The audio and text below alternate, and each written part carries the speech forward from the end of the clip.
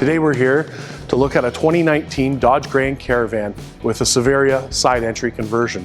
This conversion will allow a person in a wheelchair to either drive or be the passenger. Inside this vehicle, it is equipped with two QLK docking systems. This will allow the client to enter the vehicle and dock the wheelchair, no longer needing retractors on all four corners of the wheelchair. Client can be positioned in both passenger side and drivers. So on the driver's side locking position, you will notice that there is a black cable that runs off to the side. We will be doing final fitting of the client today. This is a manual release.